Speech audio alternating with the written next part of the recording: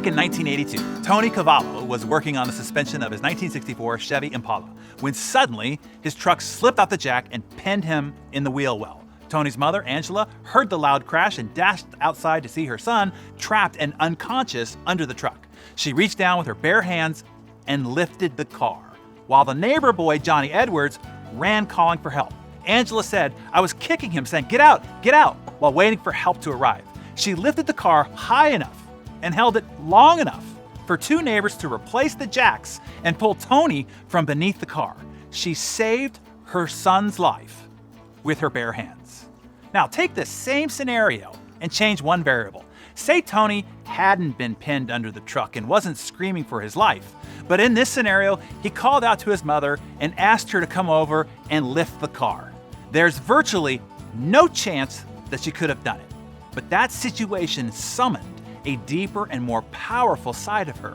The situation drew out the superhuman strength that she had always had inside, but never accessed. You see, a hero is simply an ordinary person put in an extraordinary circumstance who takes action. Historian William Darren spent over 4 decades studying the history of the world and recording his findings in an 11-volume masterpiece called The Story of Civilization. Darren's conclusion was that history was not shaped by great men and women, but rather by demanding situations that summoned the greatness inside of men and women who took action. Necessity, he found, is the single most important ingredient in the formula for greatness, not a particular individual's brilliance or a lone leader's vision. Previously, it was thought that great results were the product of a hero, when in fact, the hero is a product of great situations. It is demand that brings out the exceptional qualities of a person. Darren said, "I think the ability of the average person could be doubled if it were demanded, if the situation demanded it.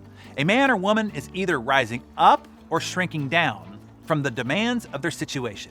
You see, you have that superhuman strength inside you. You just need to awaken it, to access it, to demand it, to poke it and prod it out of you, to create demanding situations that summon the greatness inside.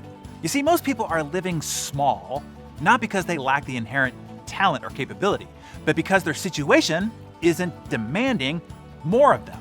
They haven't challenged themselves by forcing circumstances that require them to become more than they currently are. Nothing kills your spirit of personal growth and development like complacency, accepting instead a false sense of security and comfort. As my mentor Jim Rohn would say, don't seek security, seek adventure. It's better to live 30 years full of adventure than 100 years safe in the corner.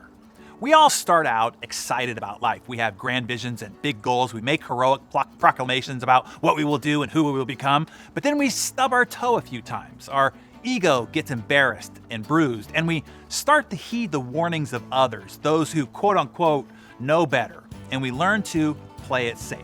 This is when the walls of your comfort zone start closing in.